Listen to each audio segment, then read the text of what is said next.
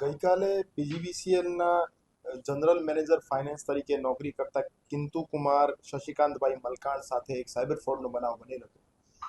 બનાવની હકીકત એવી હતી કે જે જનરલ મેનેજર ફાઇનાન્સ કિંતુ કુમાર મલકાણ છે એમને ગઈકાલે બપોરે એમના પીજીવીસીએલના એમડી સાહેબ કેતન જોશી સાહેબના પ્રોફાઇલ પિક્ચર રાખેલો અને એમના નામ લખેલું એક વોટ્સઅપ નંબરથી મેસેજ આવેલો કે હલો મલકાણ, હું મીટિંગમાં છું અને તાત્કાલિક મને આ અકાઉન્ટ નંબર ઉપર પીજીવીસીએલના ખાતામાંથી 45 લાખ રૂપિયા જેવાનું પેમેન્ટ કરી નાખો.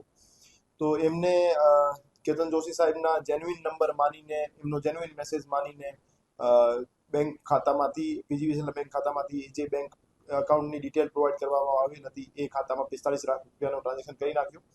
આ ટ્રાન્ઝેક્શન થયા પછી 30 લાખ રૂપિયાનો ટ્રાન્ઝેક્શન કરવા માટે ફરીથી મેસેજ આવેલો. તો ફરીથી મેસેજ આવ્યા પછી એમને શંકા ગઈ, તો એમને પોતાના એમડી સાહેબ સાથે કન્ફર્મ કર્યો. તો એમને ખ્યાલ આવ્યો કે એમની સાથે સાયબર ફ્રોડનો બનાવ બનેલ છે. તો એના પછી એમને રાજકોટ શહેર સાયબર ક્રાઇમ પોલીસ સ્ટેશનનો સંપર્ક કર્યો અને જે એમની પાસે વિગતો હતી, બેંક અકાઉન્ટ નંબર અને વોટ્સએપ નંબર, એના આધારે જે બેંક અકાઉન્ટ ધારક અને વોટ્સએપ મોબાઈલ નંબર ધારક વિરુદ્ધ એક ગુનો દાખલ કરવામાં આવે છે અને એ ગુનાની તપાસ હાલ cyber crime police station Rajkot શહેરમાં ચાલી રહી છે. જે એકાઉન્ટ્સમાં પૈસા ગયેલ છે એમાં ફ્રીઝ કરવામાં આવેલ છે અને એમનો ડેબિટ ફ્રીઝ કરી એને જે પણ અમાઉન્ટ અમારો ડિસ્પ્યુટેડ હતો એને બ્લોક કરવામાં આવેલ છે. અમુક અમાઉન્ટ જે છે એ એટીએમ અને ચેક મારફતે વિડ્રો થઈ ગયેલ છે.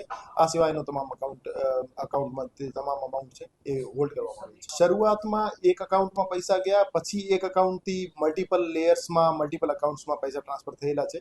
તો એ બાબતે અમે તપાસમાં એમના ઉપર કાર્યવાહી કરી. જે અકાઉન્ટ છે એ સિલીગુડી વેસ્ટ બેંગોલનો અકાઉન્ટ છે અને ત્યાંથી જ વિડ્રો થયેલ છે અને હજુ સુધી એ એકાઉન્ટમાંથી કોઈ ફ્રોડ થયાનો સામે નથી આવ્યો. પણ આજે સવારે એક બીજા ડિપાર્ટમેન્ટમાં રાજકોટ શહેરના જ એક બીજા અધિકારીને એ રીતનો મેસેજ આવ્યો હતો, પણ એમને સમયસર ખબર પડી ગઈ કે એ ફ્રોડ છે. તો એને સાયબર ક્રાઇમનો સંપર્ક કર્યો તો એમને જાણ કરવામાં આવી નથી કે એ રીતે ટ્રાન્ઝેક્શન નહીં કરે.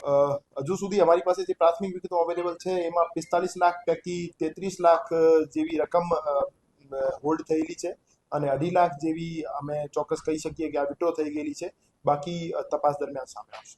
ફરિયાદીશ્રીનો એમાં કોઈ નેગેટિવ રોલ નહીં જણાઈ આવતું. ફરિયાદીનો જેન્યુઇનલી એવું માનવું હતું કે સાહેબે મને પર્સનલ નંબરથી મેસેજ કરીને અર્જન્ટમાં કીધું છે એટલે એને ભરોસો કરી લીધો.